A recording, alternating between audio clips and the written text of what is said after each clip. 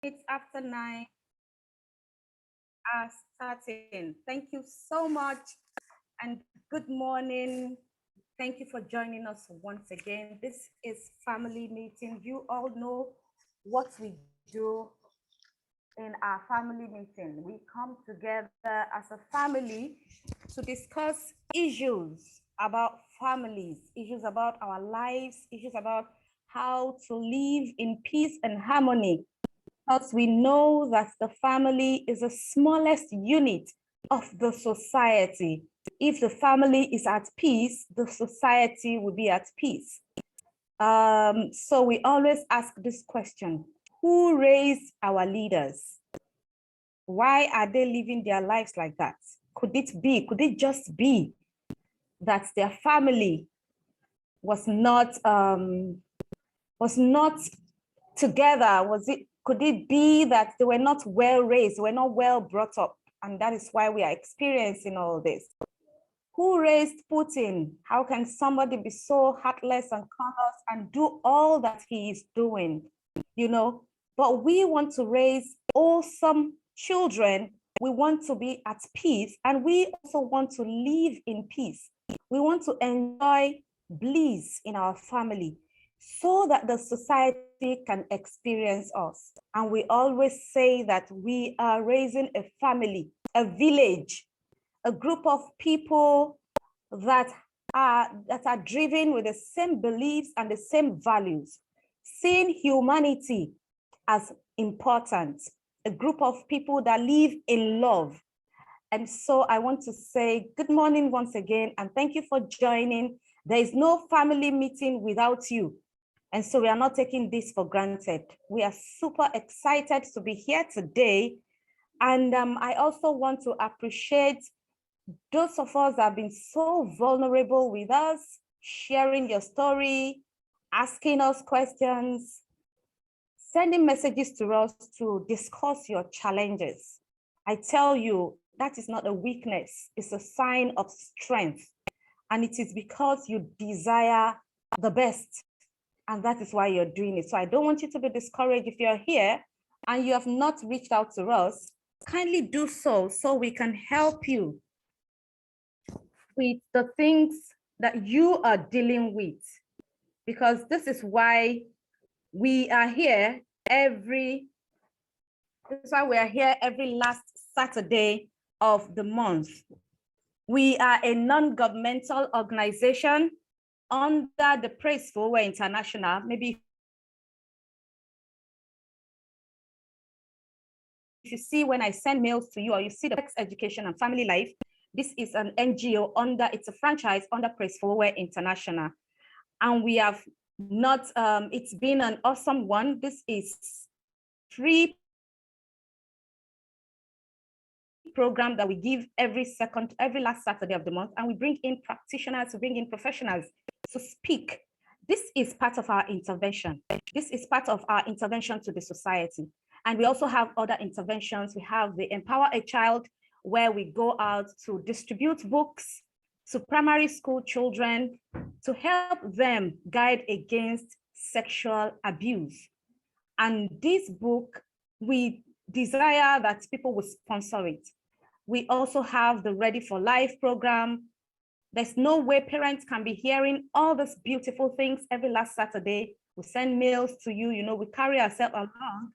We don't want to leave our children out. And that was why we created the Ready for Life curriculum. And the family meeting is the biggest one. So please feel free to always invite your families and your friends. The truth of the matter is, if you are at peace and the family beside you is not at peace, they are the families that your children interact with. They are the families that your children see. These people in your children's school, you can invite the PTA of your children's school, invite them to join so that they can also hear, so that they can learn and also have this good and educative information that we give out here at the family meeting.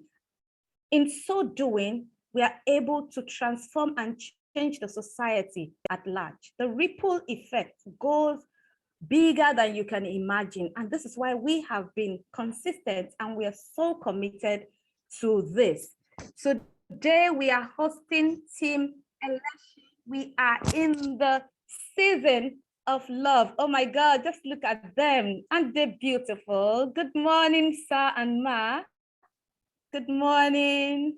Good morning. Good morning. Thank you so much. Thank you so much. And thank you for accepting. Good morning, sir.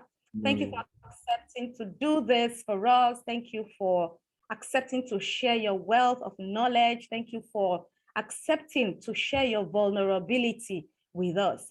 You know, when people see the beautiful pictures, can you see the one behind them? When you see them, you know, you just be like, it's being a bed of roses. But you know, there are tons.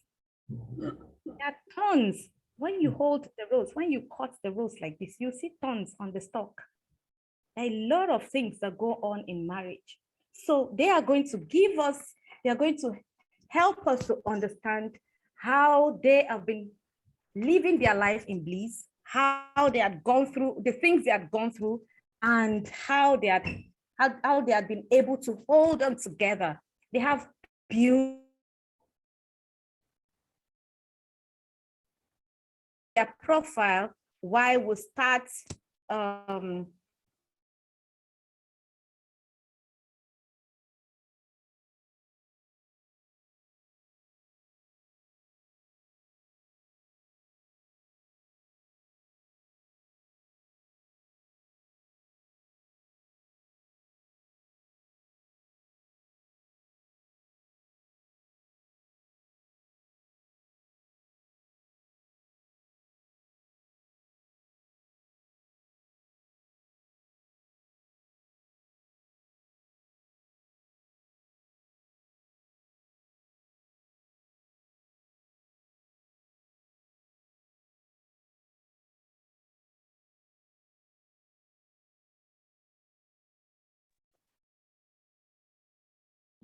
We can hear you.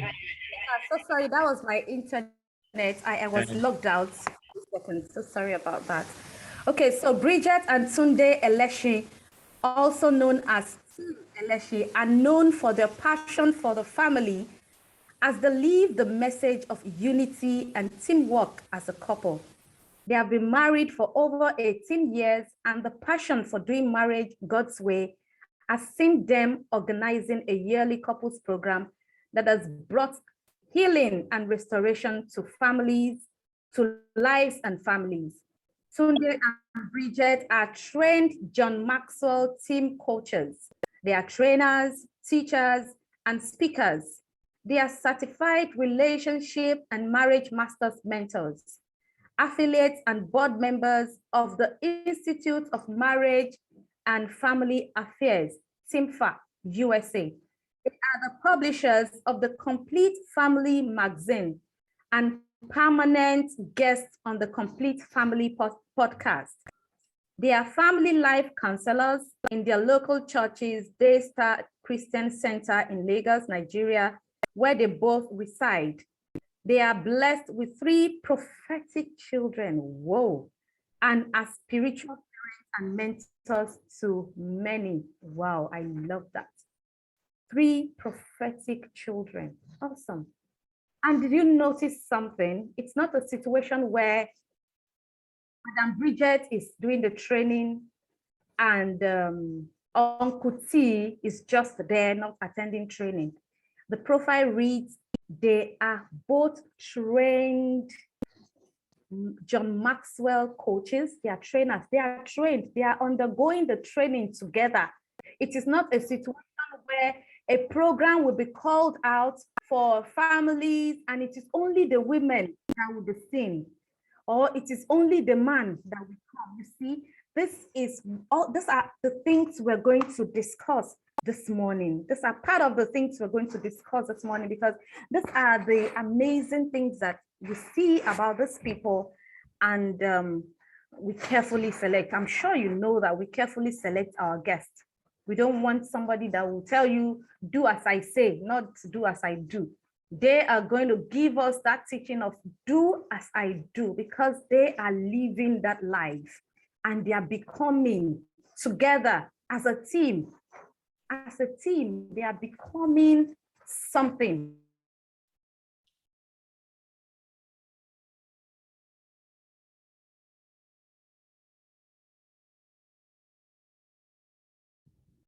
I'm not sure we can hear you. Okay, let's wait for her. I think our internet is out again. Yes, yeah. So while we're waiting for her, Mr.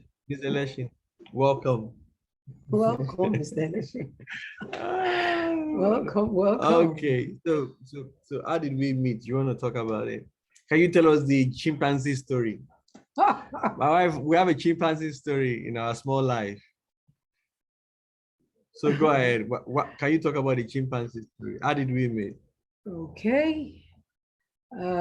Thank you, first of all, Ebon. Yes, Thank you to the Family Center for inviting us to speak. We do not take it for granted. Not at all.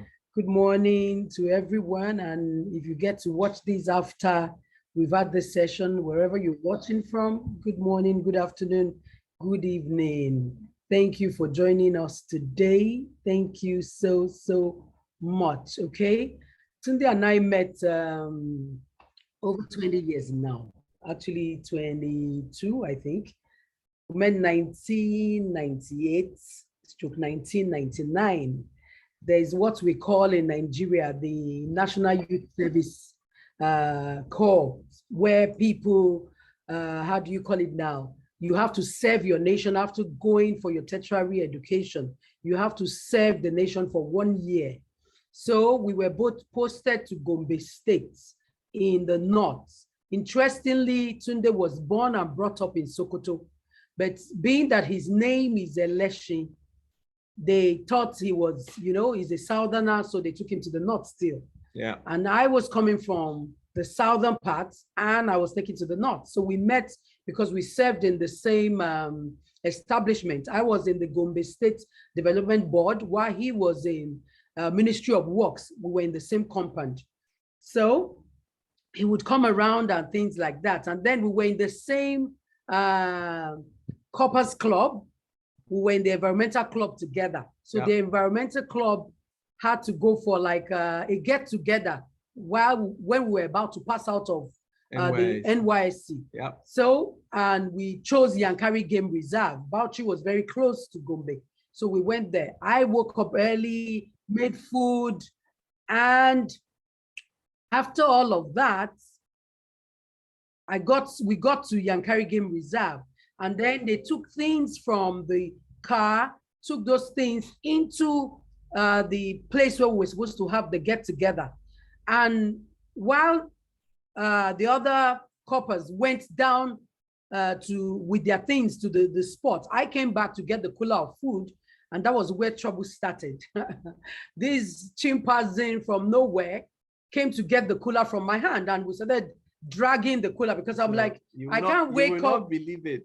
Yeah, I woke up very early to prepare the food. This beautiful young lady was struggling with chimpanzees. I just could not understand it. I just could not. Okay, and it was jollof rice, am I right? Instead of coolers. Rice and chicken. And yes, they wanted to yes. eat, They were, the game reserve, these animals walk around. Yeah. And Tunde came like, should I say, like more like Tarzan I wasn't Tarzan. a knight in shining armor. I was Nigerian. He came more like Tarzan, and drove all of them away. And so we rescued the cooler, rescued the food, and that was it. So for us, okay, Ebu is back. Ebu, we're just telling our story. Welcome You're back. Welcome back. Thank you. Nigeria factor. Please permit me. I really wonder what the network is saying today. It's not been like this for a while. Thank you so much for your patience, and thank you. So I was going to actually ask you that you tell us your story. How did you meet? And just the juicy one that I cannot sleep. Letter writing. I know it's the letter writing day. There was no phone. There was phone. Nightel. That was later. Yes. We just said the story. Okay. Yes, Nitel. NYC. We met during NYC. Yeah, 1998. Am I right? Yeah. Yes. Oh, yes. okay. We met during NYC, and interestingly, we're just talking about it where she had to go and was fighting with some Chimpanzee. monkey chimpanzees, to save the My cooler of rice. But I was saving a human being for myself. I was saving a human being. So I came around and drove the chimpanzees away. So after that event, and then we were just friends. And though we met during NYC, it didn't really, click that this is a journey we need to, go fully with. Then at that season, we were living, my boss in Ministry of Works and Housing in Gombe State asked me, Tunde, can you bring your babe? Sorry, can you come for a dinner? A Stanford dinner. She was sitting in the lobby where he was talking to me. And I said, yes, I can. And he now said, bring your girlfriend. He said, bring your girlfriend. I didn't even say it. Brings a girlfriend. Am I right? He said, brings a girlfriend. And I didn't really have a girlfriend at that time. I had friends. And she was there. And she said, I'll go with you today. I said, no, you asked me. Oh, it's not the other way. I'll go with you. I went for the years you did ask me to come with you. I went for the food. You asked me. I apologize for that part of the story. So I said to her that, will you come with me, please? And she accepted. So we went for the dinner.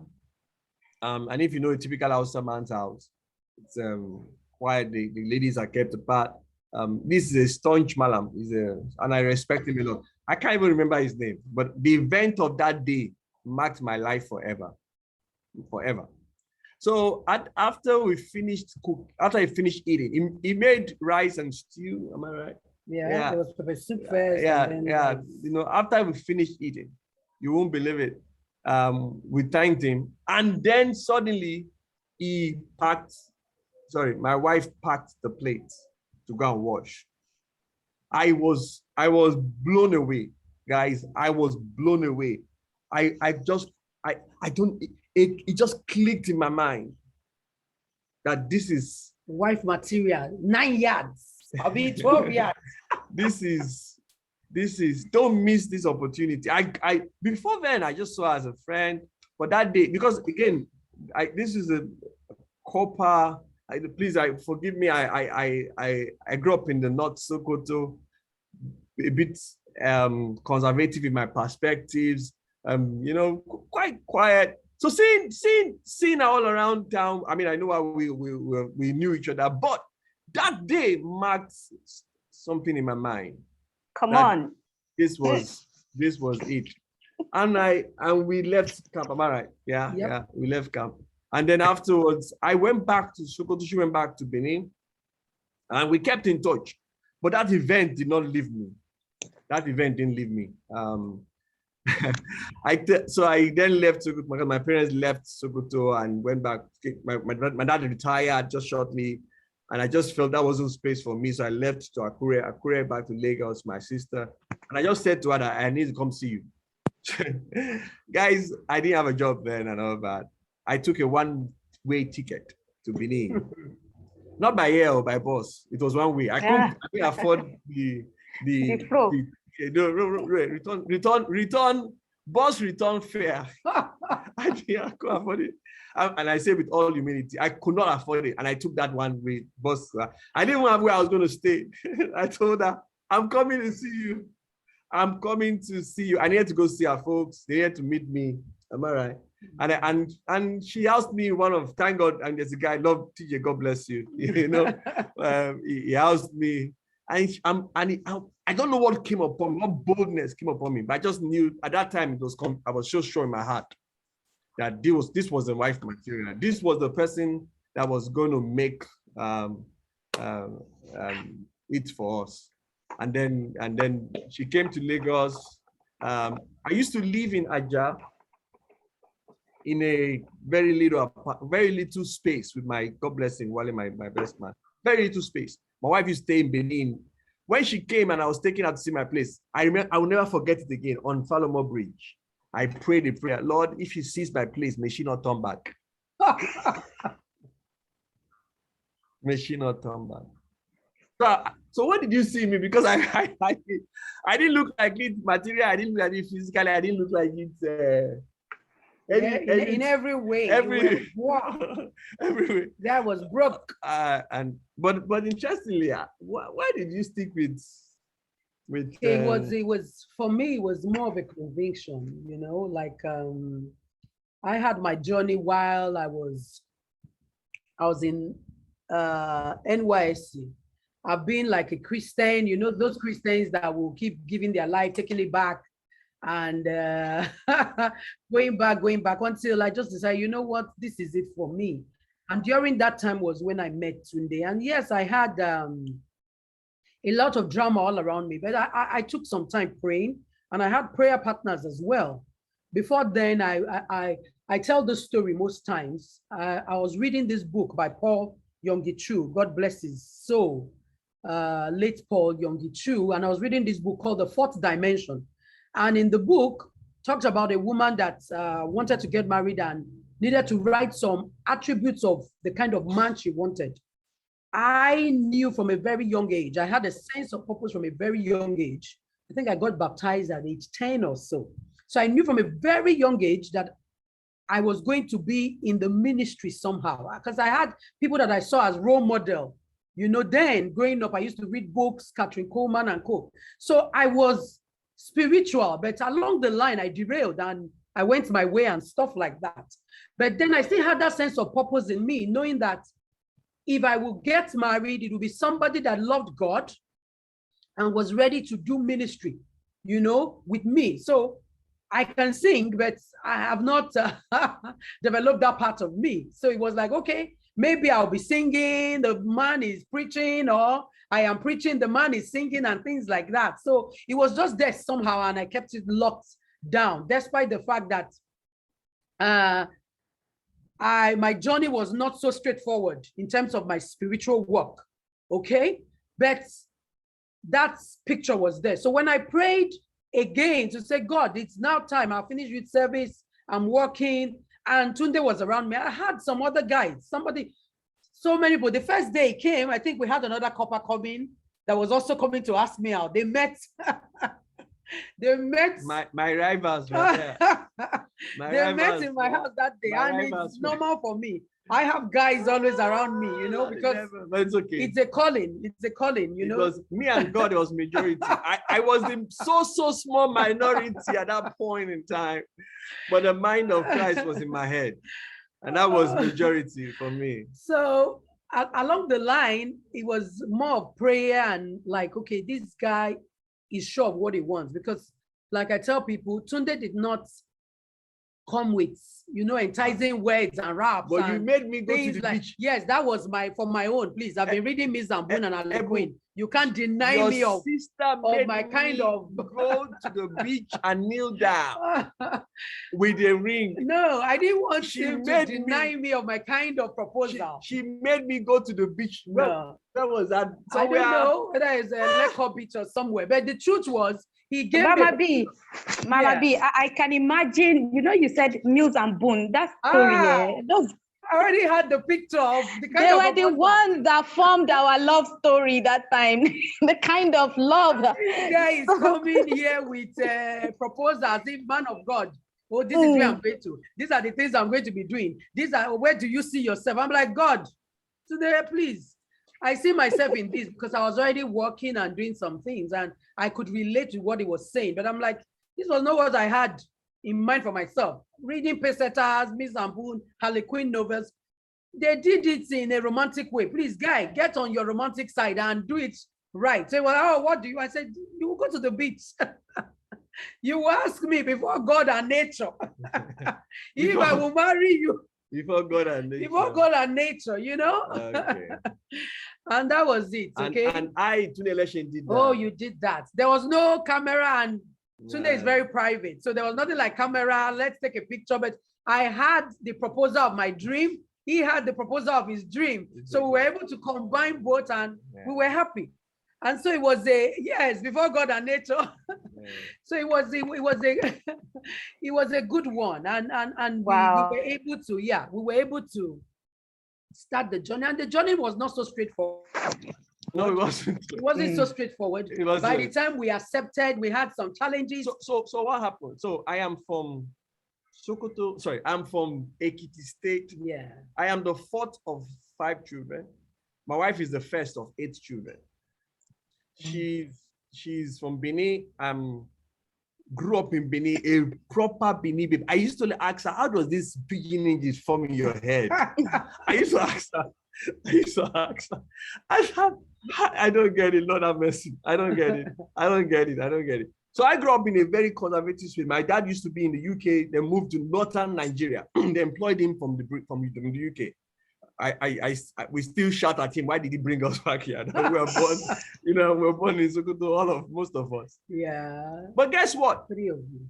My brother, just when we've concluded, we went to greet my brother and my elder brother. Now, my wife and my brother, I have 2 brothers, are best of friends. I mean, best of friends. So he asked my wife, was it me? So he asked me, Tuni, what about your master's plans? And my wife said to him, Tuni, why are we talking about masters? If you want to marry masters, go and marry masters. My brother went to tell my dad. My dad just suspended at the thing. Like suspended, guys, suspended. For nearly 18 months, am I right? Yeah, I think so. I think from 2021, we got married 2001 to 2003. Yeah. Suddenly it dawned on me, if you believe in this thing, you wait for it. And thank God I did. Thank God. And we walked the process of reconciliation with my brother. And luckily, my brother's wife had to do a course in Benin. So she went to Benin, and my wife hosted her. Told the folks to host her. And that's, she called my brother and said, do you want to meet this little family? Because of this little cultural difference.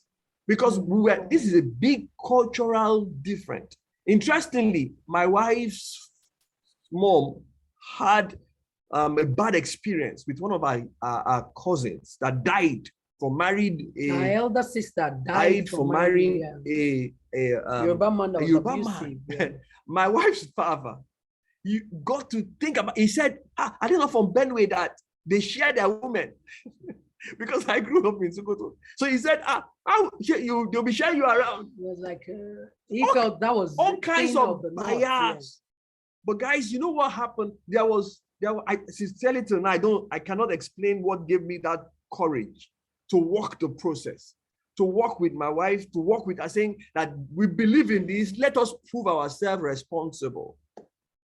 Let's prove ourselves responsible. And you know what? That little delay helped to join our hearts more together. Am I right? Yep.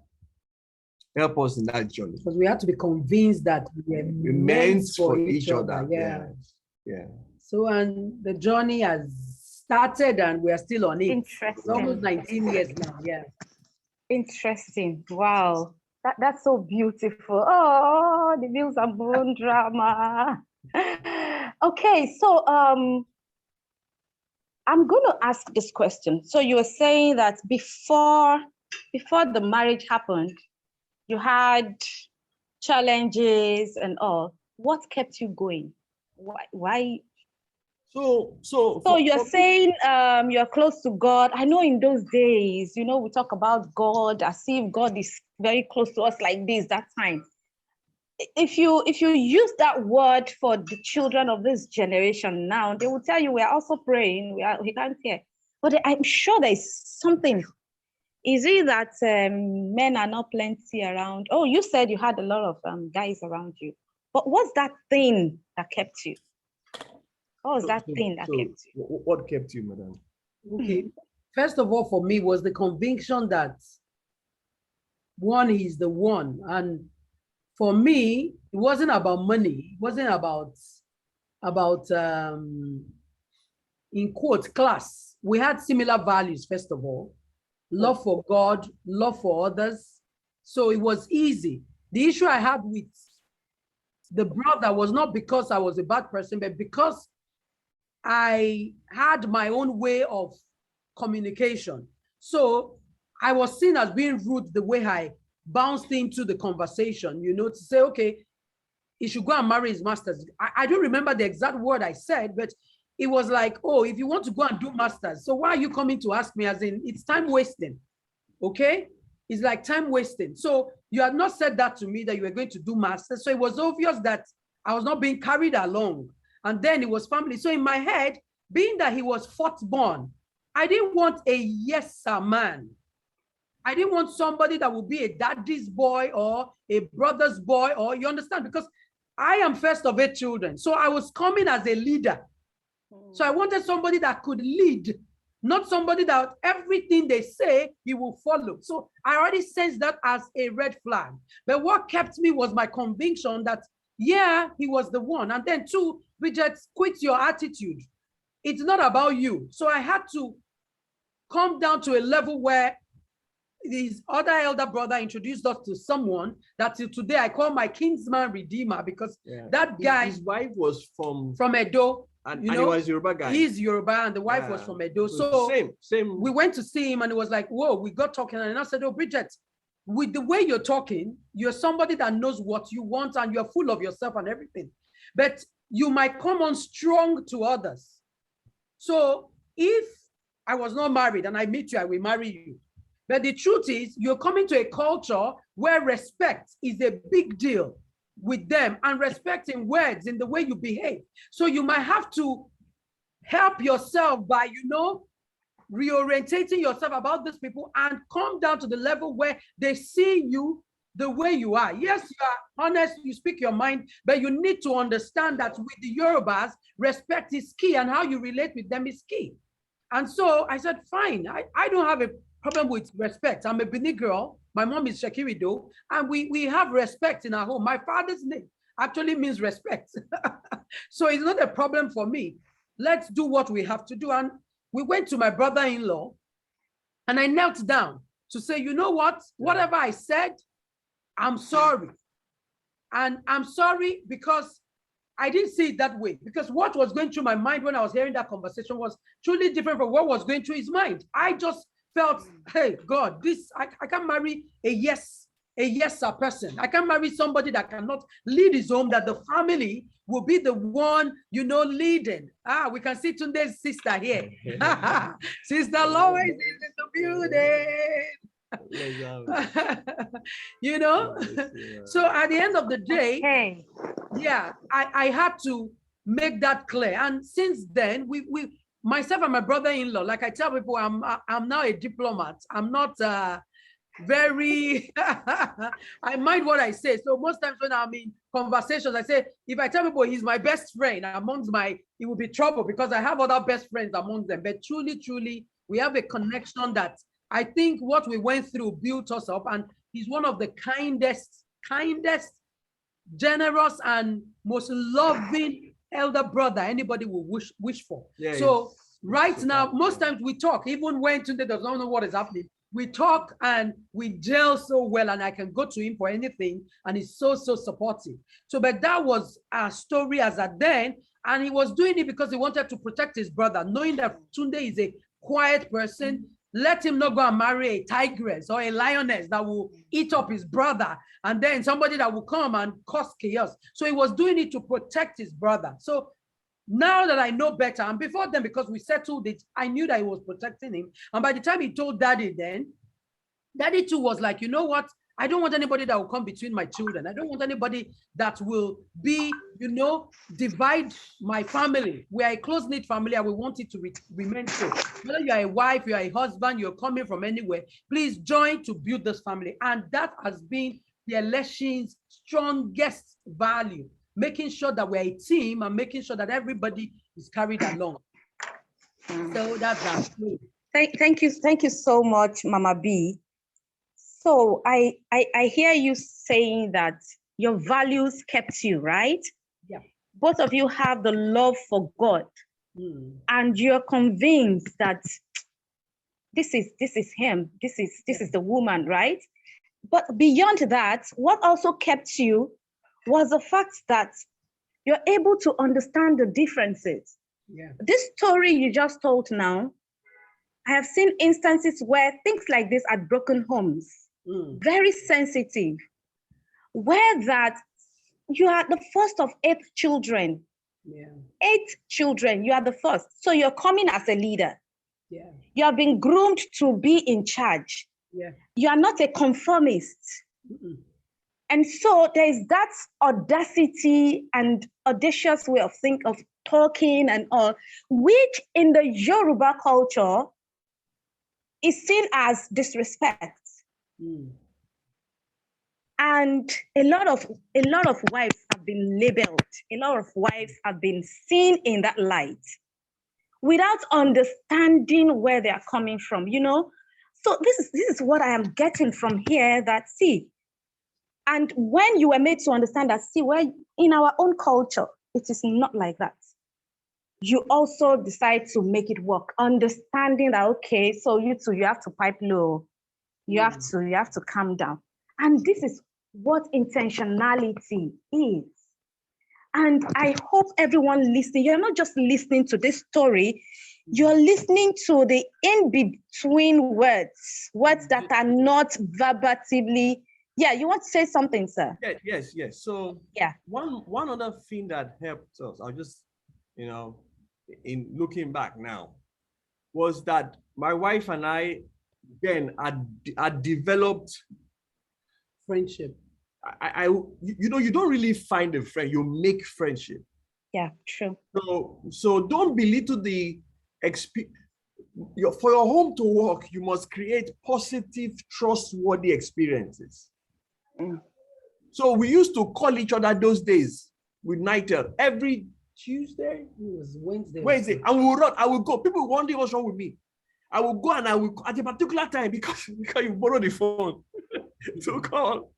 I will go because this is a Nitel line, and I will queue up, and make the call. Once a week we used to call each other. Okay. And then we a long distance relationship. You were in Lagos, I was in Benin. Before she now moved into Lagos and stayed with her aunt. Yeah. So again, I'm saying it. That's the first thing. Second thing is we talked about our future. Constantly paint the future. Something must be keeping you more than yourself. If you want to stay together, there must be a bigger goal in front of you. So we constantly talked about the future. Where are we going? Where are we going? We did that 2015. Yeah. 2015, and we wrote out 2015. Yeah.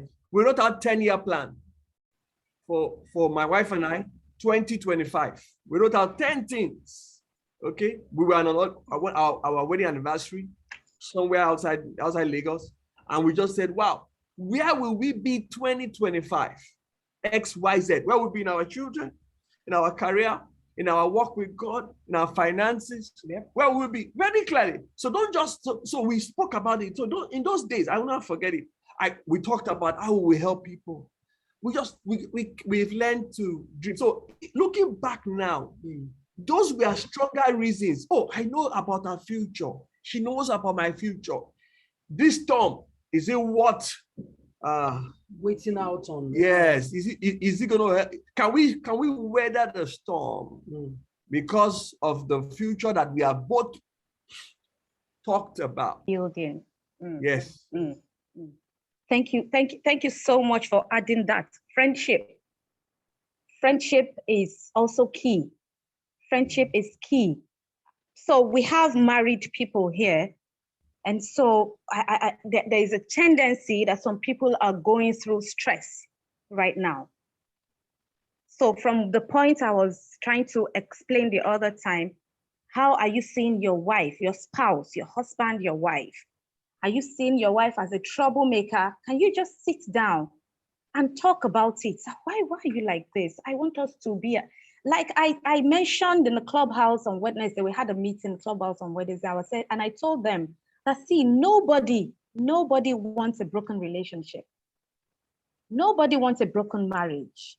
When you think about how you started, the journey and all, the sweetness, you don't want it to break. But because you don't know how to handle it, That's why you threaten one another with, I will leave you, I will divorce you and all. And so if you are close and you take time to communicate, I can see friendship. I can see that you have the same values. I can see that you communicate, even when it was difficult. Even when it was difficult, because I can imagine Mama B, when his brother told you to, and for 18 months, what kind of a thing is that? You said it now that you had a lot of men around you. It is enough to say, for this generation, it is enough to say, excuse me, I don't want to do mommy's boy, daddy's boy. No, I don't have time for that. You can take it that, you can give it that interpretation. You can give it that meaning, because they already saw you as a nasty, rude person. And these are the things that are causing trouble. So I want you to, at this point, what do you have to tell that family that is hurting? That family that it looks as if there's nothing again. We are not feeling it. I'm sure that, because I also believe and know that it is not only love that keeps a marriage. Love is not enough. Love is not enough. Yeah. So what do you have to tell? I can say that, so I am divorced, but I understand, I get to understand now that, see, if only we had the right information, it wouldn't have happened, because even up till now, we are still best of friends. But of course, he has remarried. But you know, those early days of not having the right information, we are just, I can't allow this person to ride me, I can't allow this, and we just break it. Divorce is not the best. We see that people opt into it anyhow now. I wonder, I still tell people it's not the best. Why don't you just sit down, calm down and talk about it? So I'm asking you now to talk to the audience. We have about 51 people minus you. We have about 51 congregation members here. I don't want to believe that everybody is having it rosy. Yes. Yes. So I'll tell you two examples. Thank you. So I think it was the second year we got married. We went for a meeting. We went for a meeting, and we were somebody just like this, but a live meeting, a smaller group. God bless him, Pastor John. I just, and in Brotayo's house, somebody's a friend's house. And he was talking about marriage, the marital journey. And he asked, how many of you wished you didn't get married? You won't believe it. My wife lifted her hands. She lifted up her hands that at that point in time, we were having personality issues. Now we know better. Okay? We know better. That you, please don't belittle your personality type. It's your strengths will help your home, your weakness will pull your home down. So I give you an example. Because of my personality type, I take my time to make decisions. It drags the home down. Because my personality type, I don't like confrontation. Guess what, guys? I sweep things under the carpet. It drags the home down. Because of my personality type, I could be very officious. I could be. And I'm saying it with all due respect. Every wife requires a bit of softness. I was telling a guy who went to a meeting last week. The guy said, I'd say it the way it is. I don't care.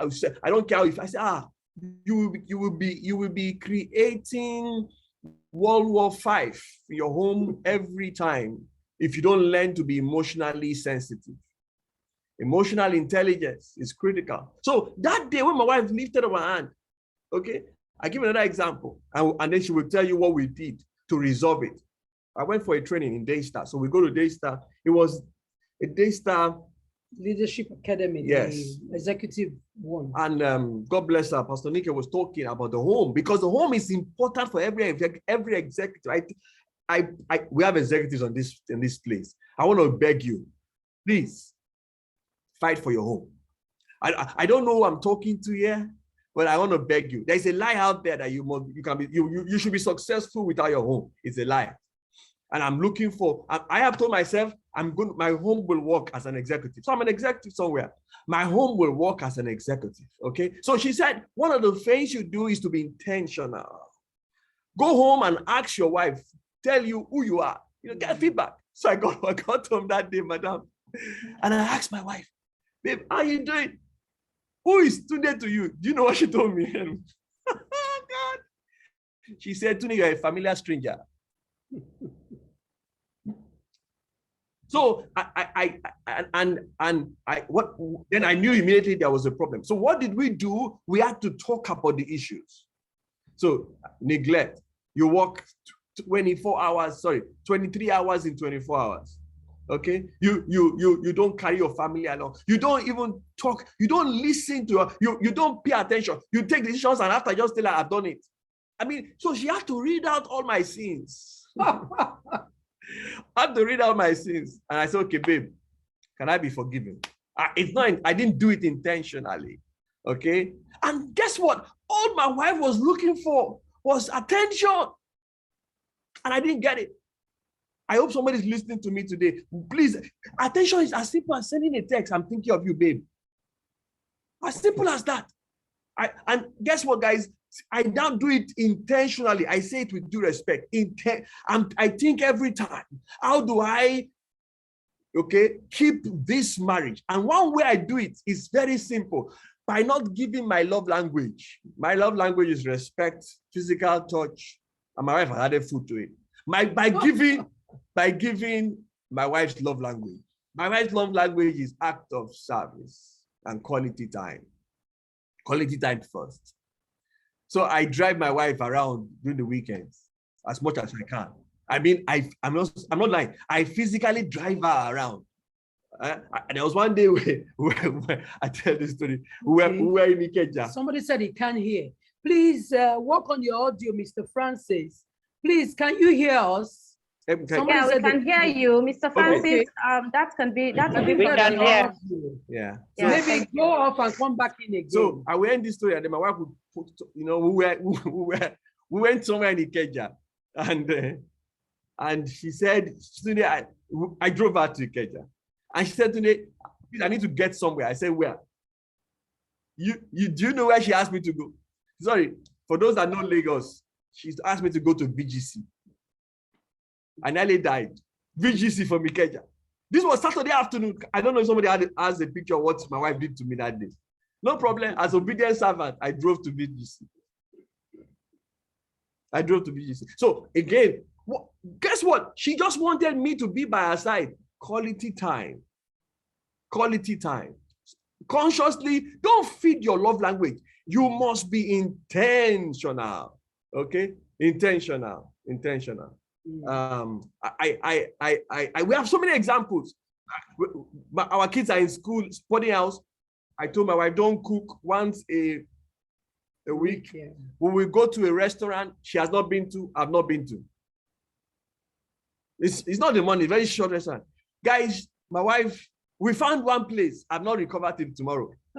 We went to eat amala in a pot, clay pot. Amala, and it would one place like that. I could not, this was a dinner. Am I right? Yeah. It was in the evening. Amala in a pot. Oh, God have mercy. I have not recovered till tomorrow. You have to be intentional. Yeah. Go ahead, Mercy. Okay, I think I saw some hands raised. I don't know if they have questions. But basically, what I would say is being intentional will help. Okay, being intentional will help you as a couple, because what this has done for us, being intentional, is we think alike. We have our family values spelled out. We have the things that we're doing together. Okay? What are our family values to help somebody? Okay, we have it as LIFT, LIFTS. Love for God, love for self, love for others. We have integrity with God, self, and others. Faithfulness, that's the F for faithfulness, with God, self, and others. Then T, we do things as a team, togetherness. And then S for service, we serve. Every time you see us, we want to serve. We want to serve people. We serve ourselves as well, and then we serve others. So that is it for us. And we taught that to our children as well. Though we have personal values, he has his personal values, I have my personal values, but as a family, this is the values that we decide to live by, and our children know it. Okay, so that has helped us. So if you're coming, even for friendship, and we see that you are not somebody that loves, you know, there's a red flag. This person cannot really be in your inner circle, cannot really. Then integrity, even in business, because as we define value, my husband defined value as 1,000 decisions made up front. So once you have your values together, it will help you screen your friendship, help you screen your business partners, help you screen the kind of group that you belong to. So if the things there are not in line with our values, there's no love, there's no integrity, there's no faithfulness, there's no togetherness, working as a team, there's no service, then we will question it. Okay?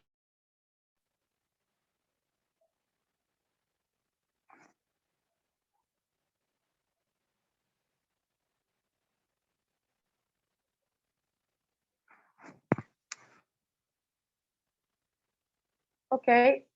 Is that from Team Elesin, or can you hear me, guys? Please, if you can hear me, let me know. Yes, we can hear you. Oh, okay. That means that Yes, that I was can your hear you. network. I think it's from Team. Okay. I hope you are enjoying this conversation. And from what we just heard, Uncle T said, your strength will help your home, while your weakness will drag your home down.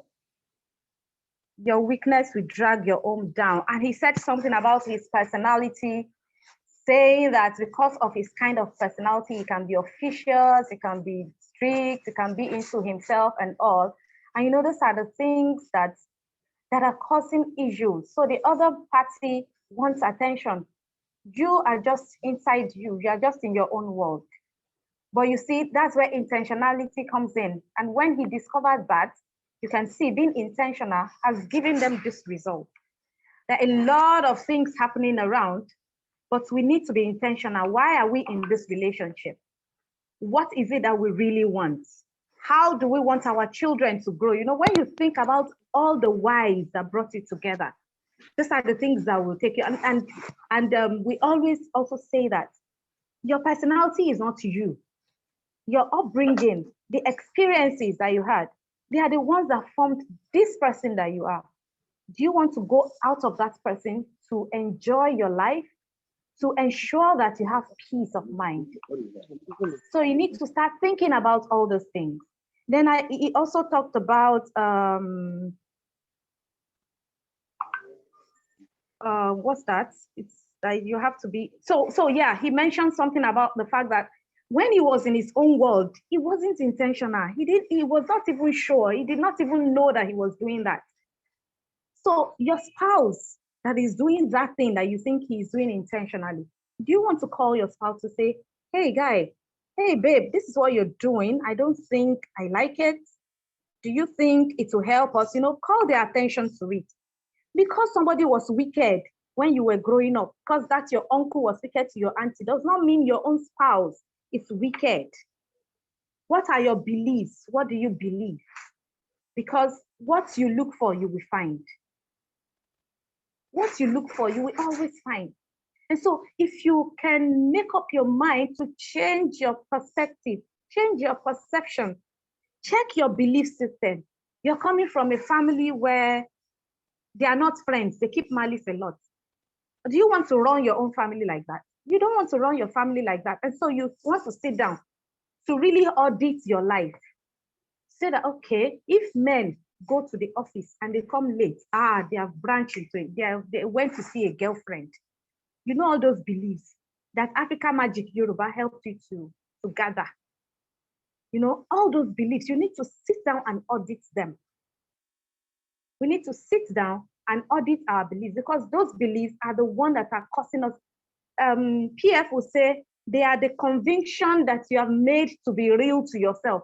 They are not necessarily the truth, but you are so convinced yourself that they are the truth, and they are not necessarily the truth. You want to sit down and think about it. Okay, so if he is quiet like that, he is angry.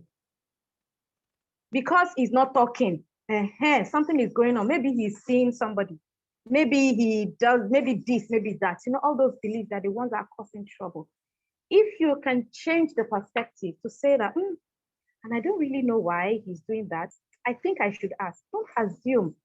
Let's ask questions. Let's communication. So when they say communication is in marriage, it is not just talking. It is talking about the real thing. Communicate in your marriage. So while we wait for them, we want to play a video, because at this point, with all the things that we have been talking about, we need to check ourselves. What level are you in your marriage? Some marriages are running on coma. Some are running on threshold. Some are in threshold. Some are sitting on time bomb, that anything.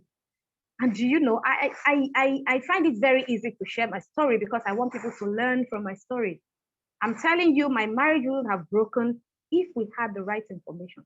Now we don't talk about it because he doesn't want to talk about it. I am free to talk about it.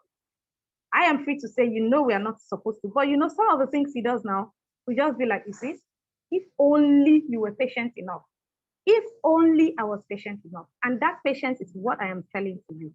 I know there are some extreme cases. I know there are some extreme cases that maybe opting out might be the solution. But before you go into divorce, why not try mediation? Do you think in the process of mediating and talking, you will come to that part? You know, Uncle T was talking about love language. You need to understand the personality type, your love languages.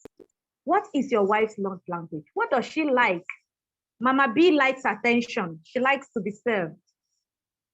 On the other hand, Uncle T just leave me alone. I just want him to be in my own world. But you know, they have to meet in the middle. They have to compromise. I saw somebody wrote diplomacy. If you are not diplomatic in relationship, you have to be diplomatic. So they say that marriage is for two dead people. You have to be dead to yourself.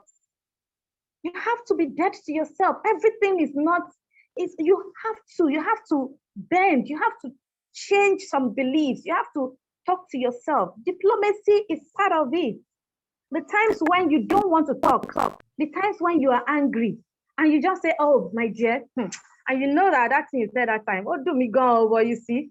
I just like, you know, that is diplomacy because you want peace to reign. So before we continue, can we have the video? Can we have the video, please? Sorry, our network took us out. Sorry. Yes, yes, we know. Yes, we know. And we missed you. Sorry. So can we have the video, please? Thank you. Sorry.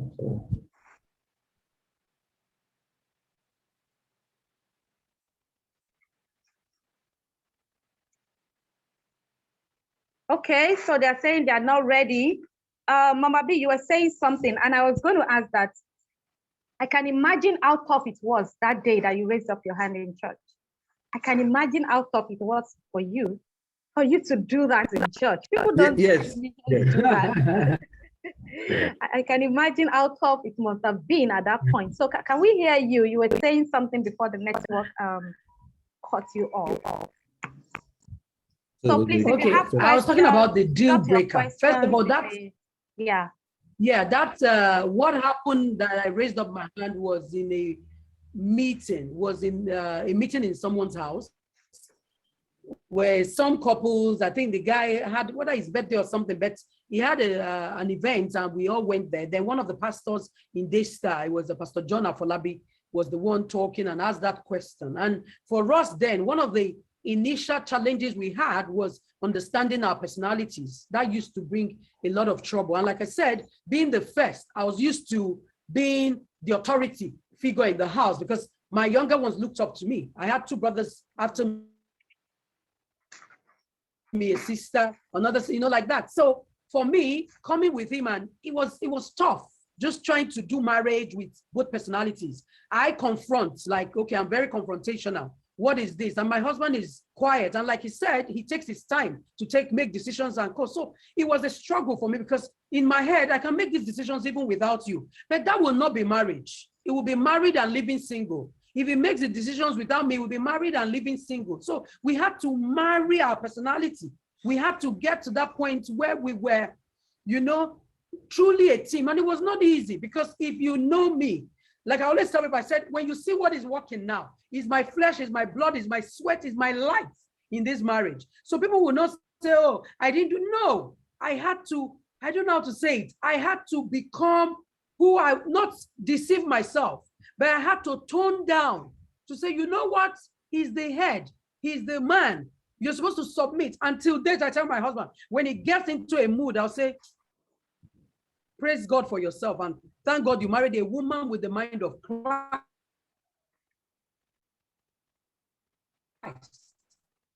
Because to deal with you is like this. It will constrain me from doing him harm. So it's very, very key when you're getting married, know the person's values, know how deep the person. People will tell you they are Christians, they are this, but they don't even have the values that will make them faith-based. So know who you are with. And then you to put yourself in the person's shoes. So I was talking about the deal breaker before. Then we sat down to say, do to Bridget that will say she's working out. What? And he identified 3 things that if I do to him, he will question himself about, and we agreed. I also identified 3 things, and I agreed if they ever happen, we are putting this thing before God. We will not say we are walking away. We will sit down, work at it, get help if possible, and then work at it. And we've had to get help sometimes. As we speak, we have marriage mentors. You know, we have a couple that is our mentor. We have other mentors that are also like marriage mentors, but we have one that we submit to as our marriage mentors, that we go to say, this is Tunde and Bridget, this is what we are going through, help us. And they come because they are not biased. They are not our biological parents, but they are like more like spiritual parents. So, and they've told us to our face, if your marriage ever break up, hold us responsible. So they are committed to praying us up, committed to making sure we learn and grow together, committed to checking up on us. And we do that too for others as mentors. So it has helped our marriage because we're intentional and we want this thing to last. So we're not doing the marriage in isolation. A lot of people will say, no, we don't. My husband is very private. I am more of the, I'm totally extroverted. He's totally introverted. So he's an introvert, complete introvert. I am the extrovert. But then I can't just put out my life out there. So we had that struggle, being on social media, like what? Because I have tuned down. I'm more like Tunde now. Sometimes when you do my, You're not like Tunde. I'm more like you. I don't. Sometimes I don't even share. And it's like, No, oh, why didn't you share this? Why? I'm like, please let me appreciate my wife. no, because after 19 years, it will rub off on you. That's the truth. I've done my personality assessment recently, and I found that I had a bit, as in my choleric and phleg was almost at par. I think. I'm not a phleg, but because I've been married to a phleg for a long time, it's not showing. And people will say, oh,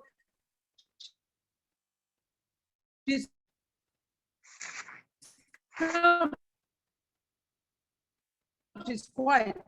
Those that know the real me, if I'm quiet, I always talk. That's me, you know? So basically, we've rubbed off on each other, and now he's more outgoing. And when people see him talk and like, how did you get Tunde to do this? I'm like, you can't be with me for 18 years plus and still remain the same. That means I didn't have any positive impact on you. So we're walking the journey, and God has been good to us. Wow.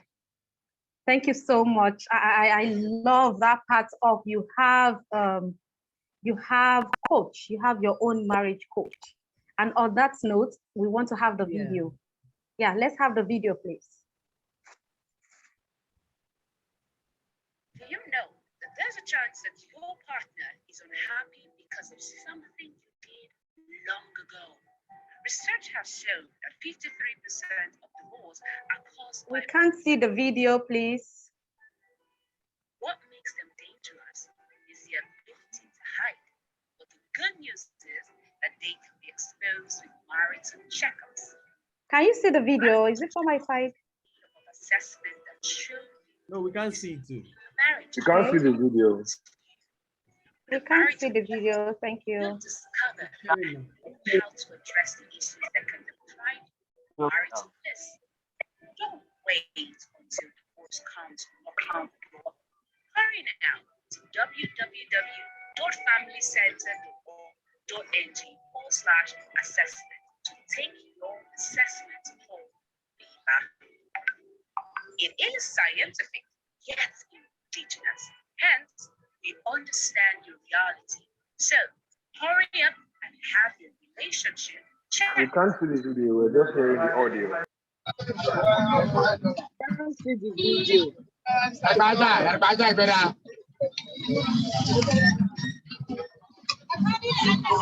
Okay. That person should please mute the mic.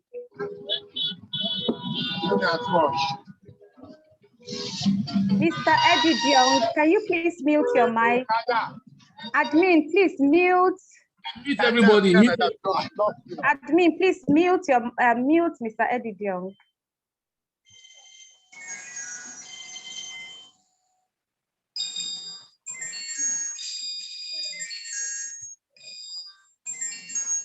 So I'm trying to play the video from my end. Let's see if you can see it. Can you see it, please?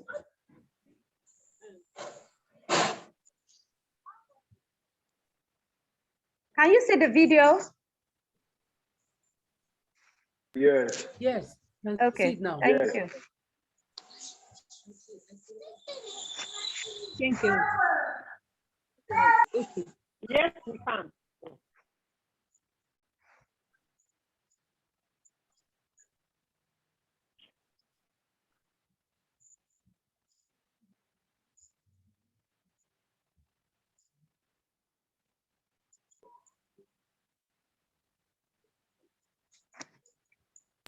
No audio. Take money.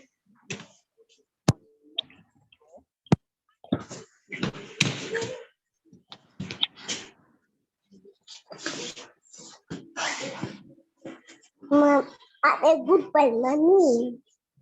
Ada money.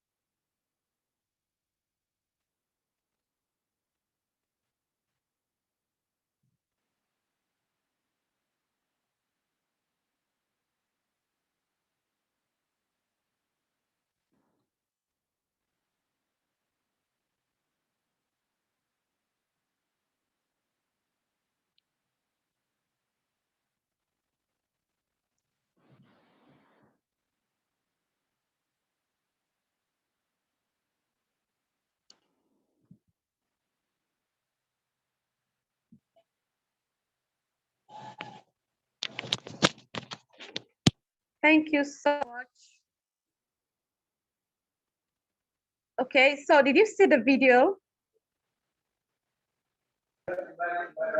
We saw the video, but the audio wasn't audible.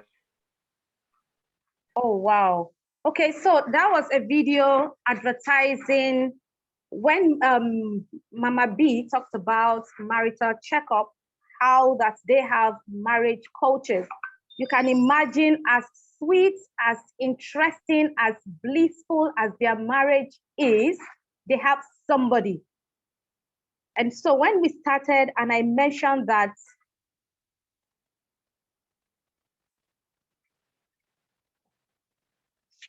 Do you know that there's a chance that your partner is unhappy because of something you did long ago? Research has shown that 53% of divorce are caused by unaddressed issues. are we playing the video again, admin? Is the ability to hide. But the good news is that they can be exposed with marital checkups. A marital checkup is made up of assessment that show the issues in your marriage that are known to you. With a marital checkup, you will discover and know how to address the issues that can deprive pride, marital bliss. Don't wait until divorce comes knocking on your door. Hurry now to www.familycenter.org.ng/assessment to take your assessment. It is scientific, yet indigenous. Hence, we understand your reality. So, hurry up and have a conversation. Thank you so much. Thank you so much, Adrienne. Yeah, thank you. So still talking about marital checkup. I was saying that as sweet as the Elesin's marriage is, they still have somebody that they are responsible to, somebody that checks on them, somebody that's interested, somebody that teach them how to go about it. So in those days, or in this part of the world, we see counseling as maybe we have mental issues. It's not about mental issues. Even Yoruba, I don't know how many Yorubas we have here, says Nkoto dara, onfe adura, nkotiko dara no. So even if you are enjoying it, you still want to do a checkup. We are so used to going for marriage checkup at the end of the year. We want to check our body, health assessment. We go to the hospital. We spend a lot of money to check our health, do ECG, do blood tests, check our blood pressure and all. It's not only for our health. You can check the health of your marriage, and it is very important. And that is why we have come up with, so this is going to be, for this cost, it's going to be for 1 month. And so you want to take advantage of it, your marital checkup. Click on the link. I think the link has been dropped in the chat box, www.familycenter.org.ng/assessment. Yeah, so you can click on that link to take the assessment, and a report will be written. After you have taken the assessment, we have professionals that will analyze the reports, and we assure you of confidentiality.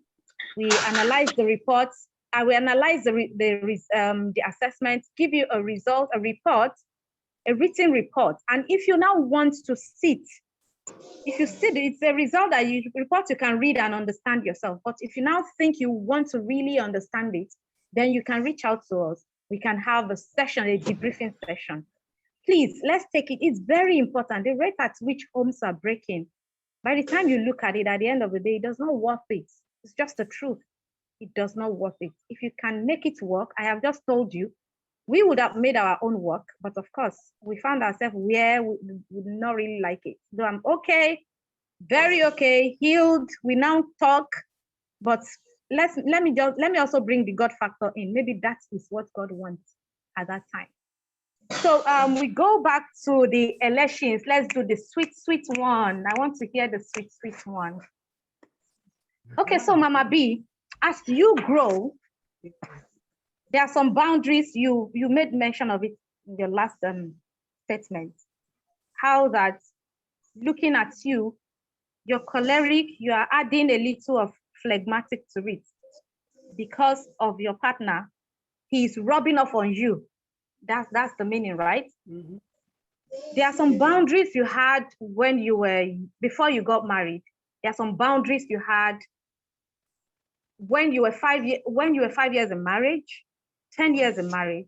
Please, I want you to let people understand, our audience, let them understand that it's okay for boundaries to change because we are all good.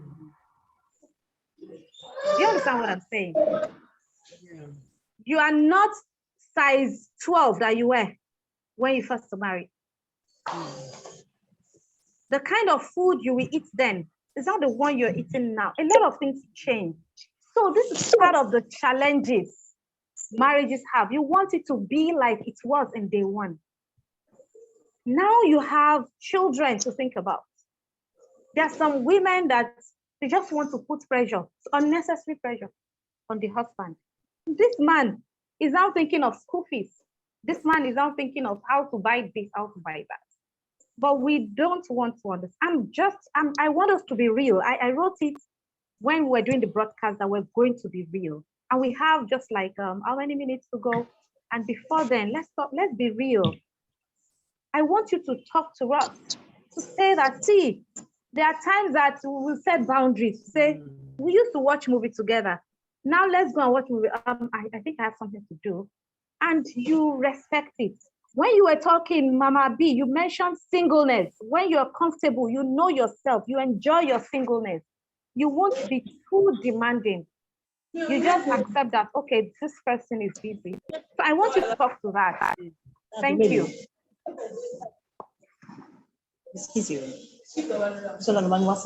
Okay. First of all, don't ask me for the amala joint. I'm trying to get the place. It's somewhere in Lekki, somewhere close to, is it Farm City? I'll get the place and share. I'm trying to Google and check, but it's somewhere close by.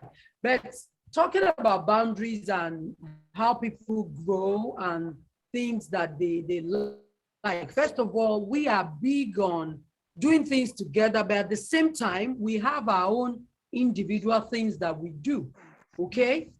I tell men most times, I tell women as well, that you're married does not mean you are us. There are things I like, very key that we have a life outside, how do I say it now? Outside the marriage, where your life, he knows, okay? My husband is a character coach. He has what we call Character Academy. He coaches online. I am part of it. But some of the decisions he would take and the things he would do, he would just like, for your information, I've done this and co. I'm not involved in the nitty-gritty of that program that he's doing. I coach, I mentor, I have mastermind and co. He knows that I do all of those things at my various groups, but he's not involved in the nitty-gritty. Why? So that we have our own thing. So I tell men, if you have your life and it's like, oh, it's my wife, it's a good thing, but go and join the boys brigade. Go and do something else, as in do something that will make your life fulfilling, but it's not really rubbing off on your wife. Because sometimes, you know, when people get too into each other's space, God forbid, one person dies. The next time, the other person, oh, I can't live without this person. 3 months later, the other person is following suit. Okay? So we advise couple, do things together. But at the same time, have things that you do for yourself, things you are interested in. We take walks together. We sometimes, with the children, when they come around, because they're in the boarding house, one is outside. When we have birthdays, we can choose, okay, we're going to your favorite restaurant or somewhere you want to eat. We will all go and we will have our memories created. But at the same time, I have things that he's not involved in. He has things that I'm not involved in. And then in terms of boundaries, we have unwritten boundaries that we've set for ourselves. Like people coming to live in our space, because we have our values, we let them know this is how far. You can't come to our house and keep coming in at unholy hours. It's mutually agreed boundaries. Okay? There are things you are not allowed to watch, especially with our children, even while they were growing up. There are things you can't watch. You understand why? Because what they hear, what the heart, the ear is a gateway to the heart, and every other thing, what they see, so some people will say, oh, let them decide. When they are old enough to decide, it's fine. We've set it. Then there is no TV in any room in our house apart from the living rooms. We don't do TV in our bedrooms. And then with the children, we also have time to take their gadgets away. Sometimes we are not so strict because we believe they should be able to self-regulate, because we will not always be around them. But we have that boundary set so that they can be helped. We also set the boundary of with the children, oh, you don't get a gadget till you're 13, even a laptop, but later we change it because they need a laptop for schoolwork. But then we still have that boundary set to say, you can't use your gadgets at certain times. Why are we doing all of that? It's to help them. Self-government is key. That you are married does not mean you can't do things for yourself. You can't have your own life. But at the same time, we do things together. So we've set boundaries, and boundaries are meant to keep you, are meant to help you. They are meant to keep your family, just like we say in FSC, your family is a nation. You don't open your borders for terrorists to come in. You don't open your borders for just anybody to come in. So your immigration and migration procedures must be in place. So we have boundaries, and it's to keep us. So we have internal boundaries, which keeps the family. We do things together. At a certain time, we must all eat once a day together, and we kept to it because when we're eating together, we're having conversations, we're talking, we're bonding. Okay, so now we are not so strict about it, but for some time we were doing that. The one time it was just Sundays. When we come back from church, we must sit down and eat as a family after church. We were doing that for some time. So things will change, like you noticed that things will change. We are not rigid because these rules and laws are for man. So we make it to fit the time and season we are in, but we keep tweaking, we keep working at it so that we'll get the best of it. And we're working, and we're still working progress. Thank you so much for that, your ending statement, your work in progress. In all, Yes, the person we are becoming is the most important. Might not be palatable having to be dead to self, but who are you becoming along the journey? Please, let's get help. She just said it now, setting boundaries. You will have your boundaries because you're human. Who you are 3 years ago, before you got married, when you first got married, is not who you are now. You have even risen in your working place. You are now a manager. That mentality, the way you see yourself, we're not saying that you should cut off from the family, but the truth of the matter is that some unconscious things that comes in that make you different.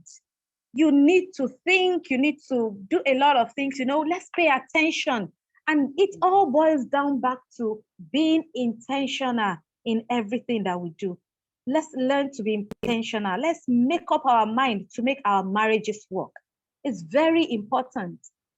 Whatever condition your marriage is, if you can determine in your heart, make up your mind that you want to make it work, then it will work. I just said it the other time that whatever you look for, you will find. What is that negative thing you're looking for? You're always saying, he's starting again. He wants to start. All those things are the ones causing trouble for you. They are the things causing trouble for you. Say, I want to make my husband happy. I want to make my wife happy. That alone, you have said it. And the universe will conspire and make everything to start working. Are you tired? Are you tired of the relationship? You just heard them. Love is not the only thing that keeps a relationship. Being intentional, working at it, it takes working. And so when you see a 50-year-old, when you see people celebrating 50 years in marriage, 80 years in marriage, they have gone through. People go through. Don't just assume that it's the story you read in the Mills and Boone or the Princess story. It's not always. Let's face reality. I'm a realist. I like to face reality. I like to face reality. All those rules and everything. See, it's not always like that. It's not always like that. What works for you? Sit down, sit with your spouse and talk about it. Very important. And I also wanted to know that I've said it before, it's not a weakness to seek for help. You can hear the team Elesin say, they said, get help.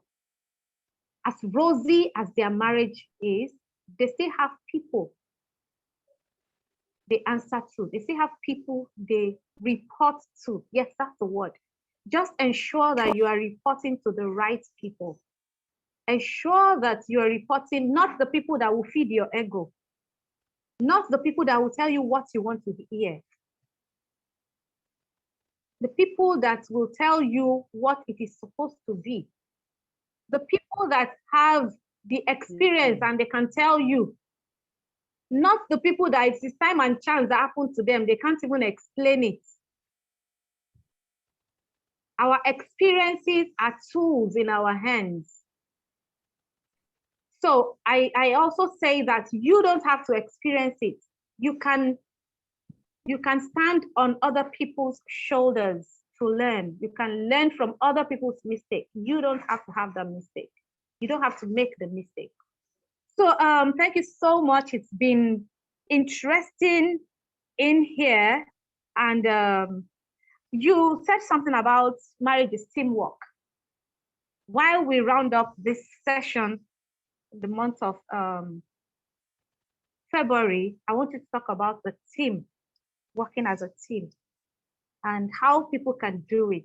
What are the things they need to do? I know we have said quite a number of things, but as we round up, and please, if you have questions, we are rounding up. I want you to raise up your hand or drop in the chat box so that Team Elesin can I go ahead, ma'am?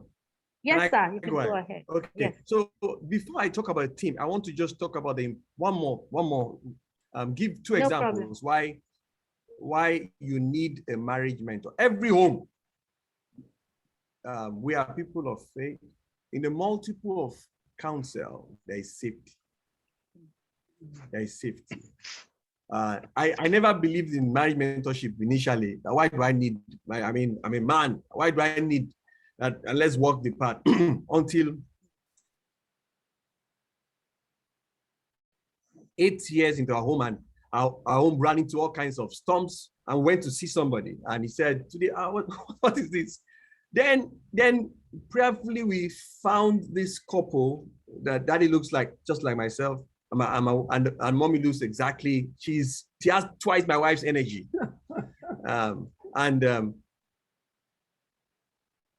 So two examples that I wish I started earlier.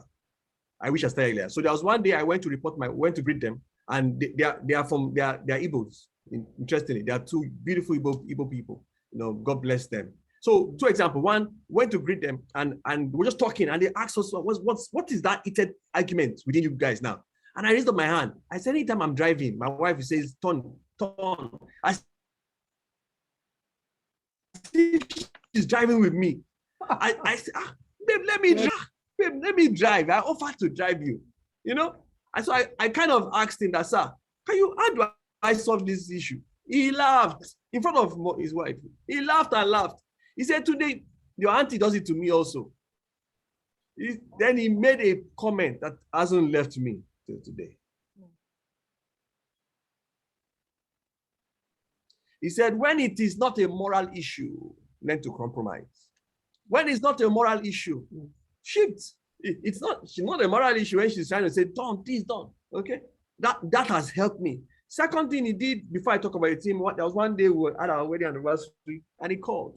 And I'll forget that day. And typically, he asked the question, what's next for you guys? What next? As a couple, what is next? And we spoke for barely 1 hour. 1 hour. Yes. More than. Yes. So I'm asking, in the multiple of counsel, there is safety. Interestingly, to work as a team helps your home. We were in a meeting 2 years ago, and I till now, this concept has not left me. One has the capacity to chase 8,000.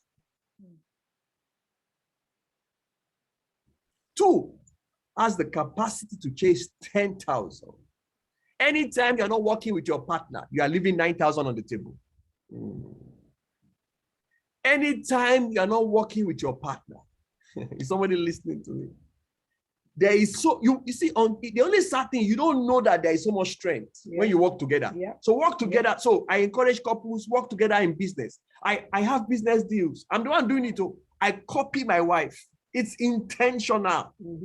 Yesterday, I went for a business meeting. I was giving her feedback second by second. Yesterday evening, I went to something, a business meeting. I hope you know, passive income is only what guarantees freedom, financial freedom. So make sure you have financial intelligence working in your home by having multiple sources of income. I don't care what you earn, your business is very good. If it's one source of income, it is disaster. If it's two, it is not stable. If it's three, you're just trying. If it's four, you are beginning to understand benefits.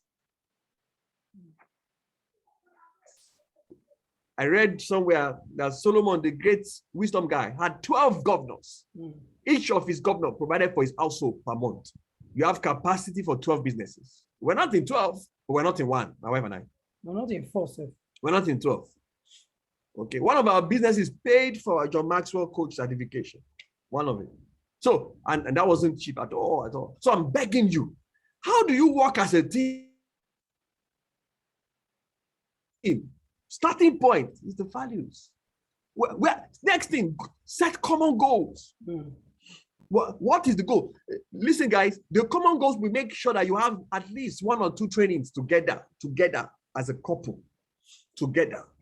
My wife and I, we try and do 1 training in a year. This year, we're thinking of 1 in March now. That we will sit down together to learn. Yeah. Not convenient. She will shut down. I will shut down for that period. Guys, it helps you walk in the same direction. Number 4, strength to help you as a team. Okay, is you being a blessing. Have something you are doing together. They are impacting the world together. Yeah. You are your partner. Have something. We ran into these widows. Am I right? When was it now? 20. It's about 11 or 12 yes, years. Yes, 2010 or 11. Okay, we ran into this couple. Guys, you won't believe it. We ran into them, a widows, sort of supporting widows and all that. I not even met them, but my wife had submitted to that. Please quickly, admin, check somebody is trying to share something so that it's not a scam. Just quickly. take him off. Yeah. Or if it's a mistake, just stop the sharing. That's all. Maybe a mistake, but you can manage that. Okay. So critically, what we're saying is for you to work as a team, there is benefit. It's not convenient because your personalities will we speak together. Most times for us to speak together, we have issues to align on our topic. My wife's style is different from my style. I like to understand what I want to say very clearly. I want to understand the audience. I want to have thought about it. My wife can appear 2 minutes after the time to start, and she will still deliver it 100%. Not my style. Too different. So how do we do it? We usually have to have a discussion. So somebody has to initiate it. Babe, how are we going to get this done? Today, this is what they are asking us to do. Please sit down. Don't forget, 1, chase 1,000. 2, what? Put 10,000 to flight. That's always in my mind. So anytime I am not working with my partner, anytime there is no harmony, anytime there is no teamness happening, I am leaving 9,000 on the table. And sincerely speaking, sometimes you won't even know until 3-4 years time. And yeah, this is what I left on the table. This is what I could have benefited. This is what I could have benefited. I can count it several things we have done, okay, that has proven that working together pays a lot. We were going to move house. We were looking for a house. Oh, God have mercy. We were looking for a house. We looked for. We didn't find. I went chasing. I didn't find. A friend just called my wife. Am I right? I said, down where we were living. I said, it's not possible. My wife went to check it. You will not believe it. What you are looking for in Sokoto is in your Sokoto. I said with people that don't understand that what you are looking for in Los Angeles is in your angel at home. Is in your angel at home. Your angel, your wife, or your husband. I mean, I'm saying it with all sincerity. Working as a team. I don't know if you can still hear us. Working as a team, Yes. okay, has the potential to move you in the right direction. Lastly, working as a team helps you to manage conflicts. Conflicts are part of the deal. Oh, let me say it again. Do me and my wife quarrel? Absolutely, yes. Per second. We see differently, but we have learned to minimize the effect by making sure you separate the individual from the event. Deal with the event. Deal with the event. Deal with the event, guys. Deal with the event. I was telling some couples yesterday, My wife loves to arrange the bed. She can do it 4 times a day. I can arrange the bed 4 times a month. I don't know if you understand. You don't make the bed at all, so hardly. So this day, my wife came home and shouted, "Today, you never made the bed." I said, "Babe, never." I said, "Okay, the issue is not today. That time was today, make the bed. Deal with the bed. Okay? Deal with the event." I hope somebody's hearing me. Deal with the event. Thank you. Thank you. So working as a team, when you remember, we will need to work as a team. It will a bigger picture in mind. Yes. You will look for resolution. Russia and Ukraine today are not working as a team. They are not even a team, so forget it. You know, but guess what? There is a bigger picture. There is a bigger reason to keep that home running. I'm too sure about that. I'm too sure. I'm very certain about that. Okay.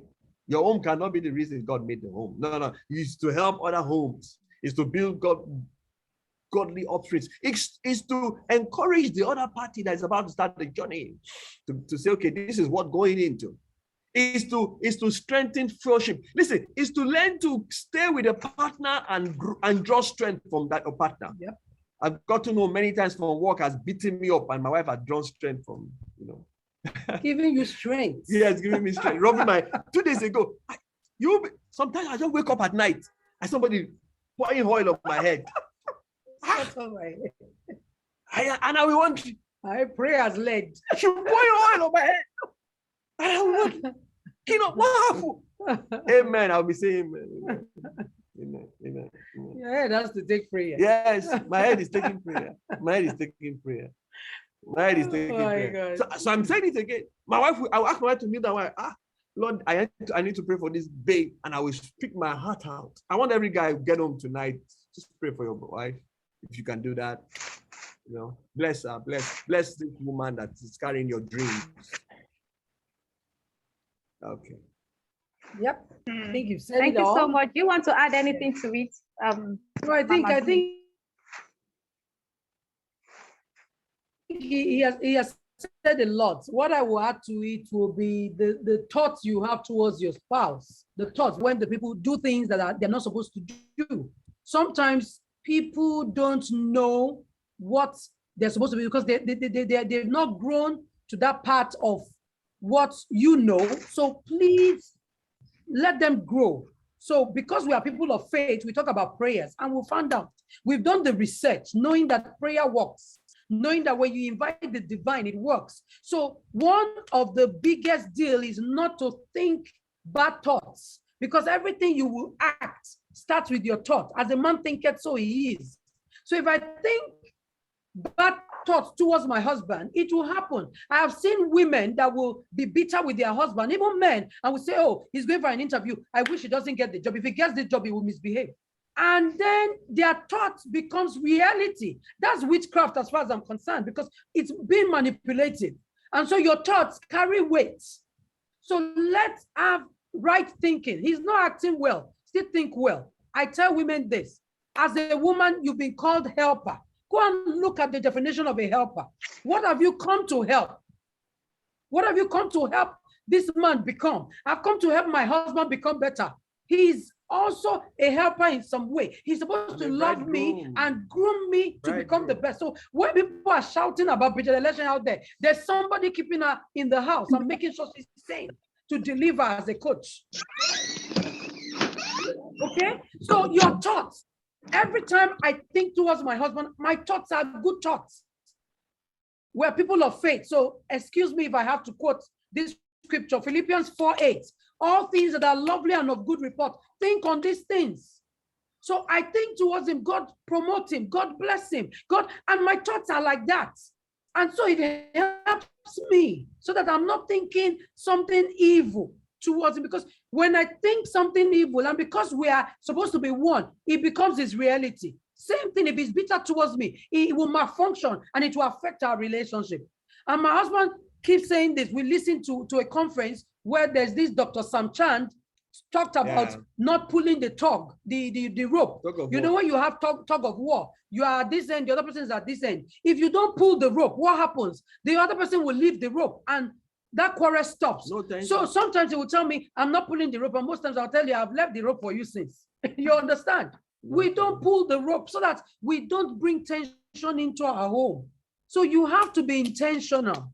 First, it starts with your thoughts and then your action, and then bless your spouse. It's in the little things you do. Sometimes I come into the room, my husband is sleeping, he's not covered. He's not under the duvet, and I know that he doesn't really like cold. I like putting on the AC. I will cover him up. I can as well leave him there. Let's cold kill him. I won't do it. Why? Because my thoughts towards him are good. I will cover him up.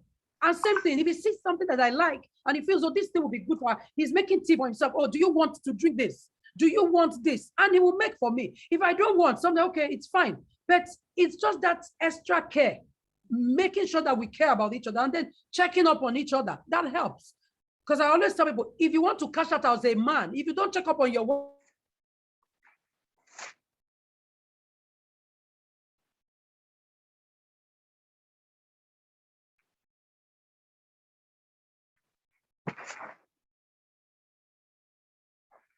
Okay, I think we lost them again. I think we lost Team Elesin again. or are you consulting others for your own matter? So look at all of those things. When you have intimacy in the right measure, physical intimacy or the bedroom intimacy is easy. So if you've not checked up on me from morning till evening, you want to cash out at night, your check will bounce. You have to check up. You be mindful of me. That you're asking, babe, how are you? How have you been? Just check up. How are you doing? Are you going anywhere? Let me know. Same thing with me. I can't just say I'm going here. Yes, I can make decisions as a sanguine. I can move from one place and the next minute I'm going to another place. But then I carry my husband along. Now I'm going here. Please, no. You understand? Because so that the person knows that you are mindful of them. So those are the things. It's not something that we can do in 1 or 2 hours. It's a lot. This has been 19 years, almost 3 months to 19 years, packed into one session today. But believe you me, if you are intentional, you're deliberate, and you make it work. And I tell people this, one person can make a marriage work. Absolutely. One person. The party that is willing, work on yourself, work on everything that is making you frustrated. Keep working, keep trusting God. Work on yourself. Why we keep saying God is the author of marriage. Even if you don't know God the way we know God, like a Christian, you're a Muslim, you believe, as long as you believe that there's a supernatural being, you can work and just work on yourself. And then the other person coming together to work will make the marriage great. Being a team will make the marriage great. So what we have now is we've moved from good to great, and we're going greater. Okay, we've moved from better to best, you know, and we're getting. We're not in best. We're not there. Yeah, we're not there yet. We're not there, but we're making progress. We're not there yet. Wow. Thank you so much. Thank you so much. I want to believe this 1 hour, 28 minutes is really, really worth it for you. It's not a time wasted at all. Can you hear me, please? Can you hear me?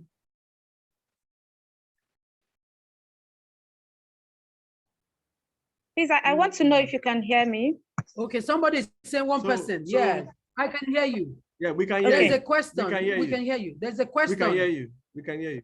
We can hear you. So there's a question. I'm like saying something. Somebody said that I've tried to make it work for 16 years and I got burnt.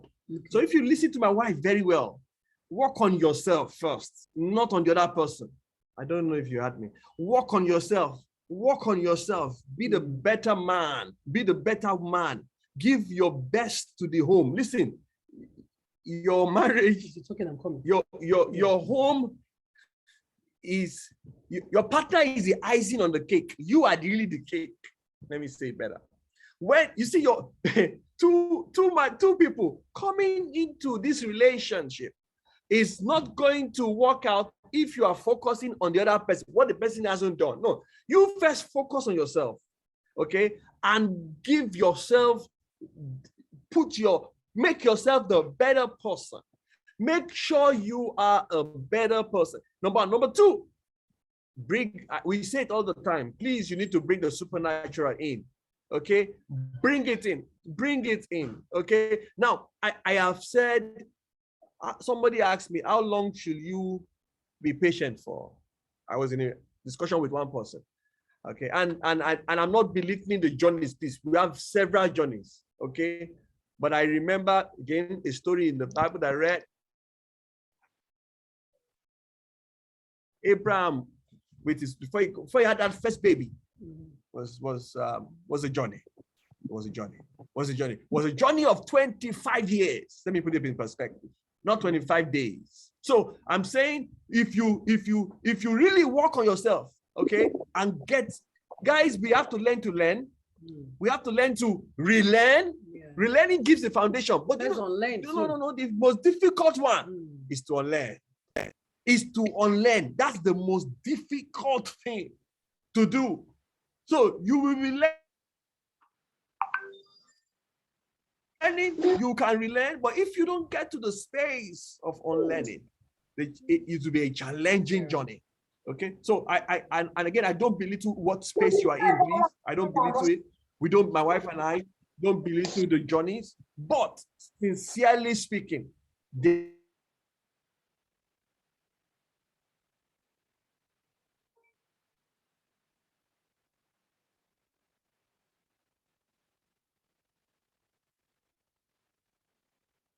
constantly on my home.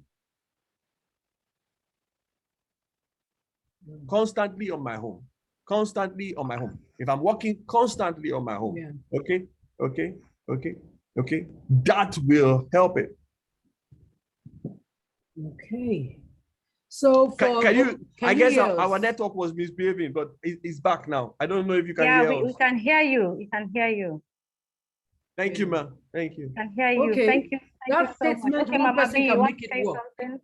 Let me Yeah. just say this. One person can make it work. It's because sometimes, first of all, let's take out abuse. If you're not being abused physically, you're not being abused to the point where your mental health is being affected. In FSC, we say, because it's the person that is alive that can be married. So we've always believed that if there are issues, because I have seen aunties being abused, one actually died as a result of abuse. So I had that word right from time in my head. You can't die just because you want to make a marriage work, okay? So understand that. The way we are saying one person can make it work is, we've seen marriages where one person is the believer in the sense that this can work, and the other person is coming from a background, because we are all product of nature and nurture. So the person was nurtured wrongly, and so is nurturing, or nurturing is affecting the marriage. Through patience, through your prayers, through your commitment to loving them, that can make them change. But you have to come with the intention to make sure that it's not what is in it for me, because that's what we do most times. We feel entitled. What is in it for me? What is in it for me? What is in it for me? So when I do things for my husband, it's not what is in it for me. I love this guy. And one thing that carries me is my mind of Christ, my mind that I am a faith-based person, that while as a Christian, while I was still a sinner, Christ came to die for me. So if he can do that for me, how much more for others? So I believe in advanced forgiveness, advanced love, loving people despite themselves. They don't know what they are doing. Love them still. So that's the mentality I'm saying. One person can make it work. If I pull the tug when Tunde is pulling, we won't have a marriage. If he pulls the tug when I'm pulling the rope, we won't have a marriage. So if one person is ready to say, you know what, I've forgiven you forever, I will manage with you. There are people that are flatmates deliberately, because in their head, this is not working, but we want it to be like, because it's cheaper to be flatmates. We are sharing the bills. We are still there. You are there for the children. Because a man can actually be a good father and not a good husband. A woman can be a good mother and not a good wife. So what is good in that person, see that part and work with it. So that's what I mean by that. But I'm not saying one can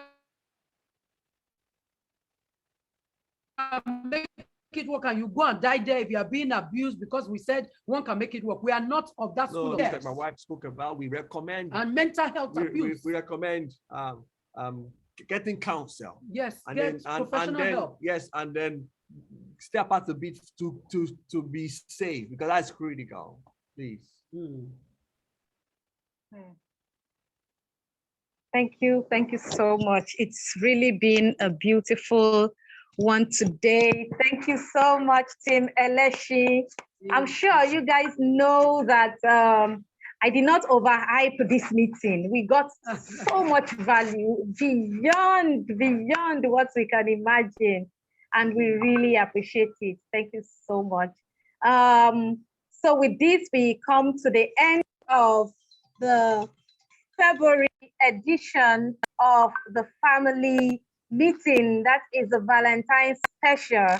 And I have with me the Team Elesin, beautiful, beautiful couple.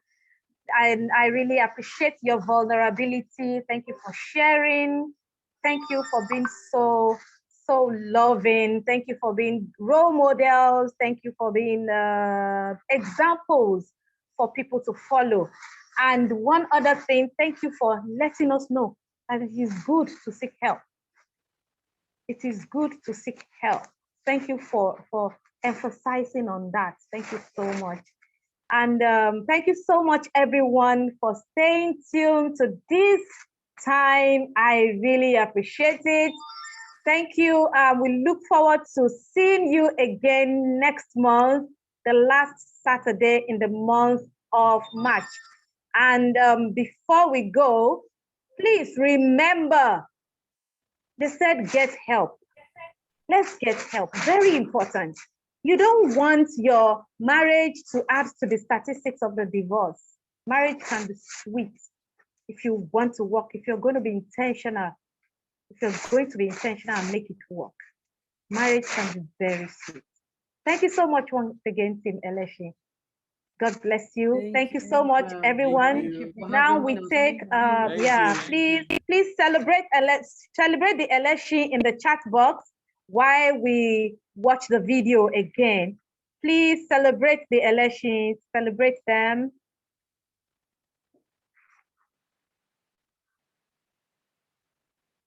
Your partner is unhappy because of something you did long ago. Research has shown that 53% of divorce are caused by unaddressed issues. What makes them dangerous is their ability to hide. But the good news is that they can be exposed in marital checkup. A marital checkup is made up of assessments that show you issues in marriage that are unknown to you. With a marital checkup, you will discover and know how to address the issues that can affect marital bliss. Don't wait until divorce comes knocking on the door. Hurry now.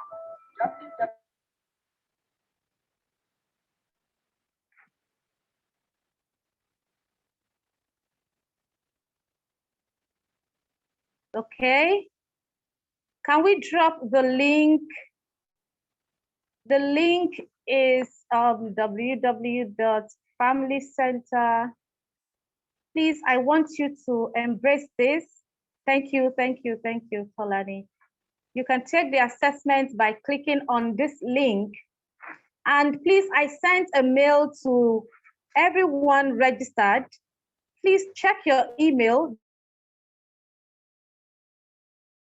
There's a free cancer screening that we are collaborating with the organization. We are collaborating with an organization. Our own organization is collaborating with another organization.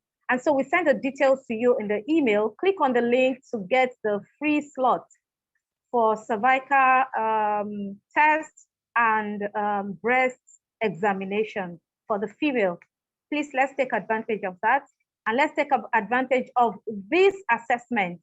Please, let's take advantage of it. Thank you so much, Team Elesin. I really appreciate it. I have fun with you guys on the show. Thank you so much. And with this, we come to the end of the show. God bless you, ma'am. Thank you, ma'am. Thank you so much. Thank you. Thank you, Eitayo. Thank you, Mabel. Arit, thank you. Ronke Ogunlowo, thank you. Mosu, I'm grateful. Thank you, grateful. Yeah. Queen Iwo, thank you. How's it, Sochuku? Thank you. Okay. time. I appreciate Samuel Odusin. Thank you so much for joining. Yetunde Shonowo. Nice having you around, ma'am. Ini Okoko. God bless you. Oge Williams. Thank you. Adebukola Azobu. Vivian Tolu. I wish I can call everybody's name, and I will try. Ganiya. Vicky Adebola, thank you. I love you so much. PJ Olanike, Dr. White,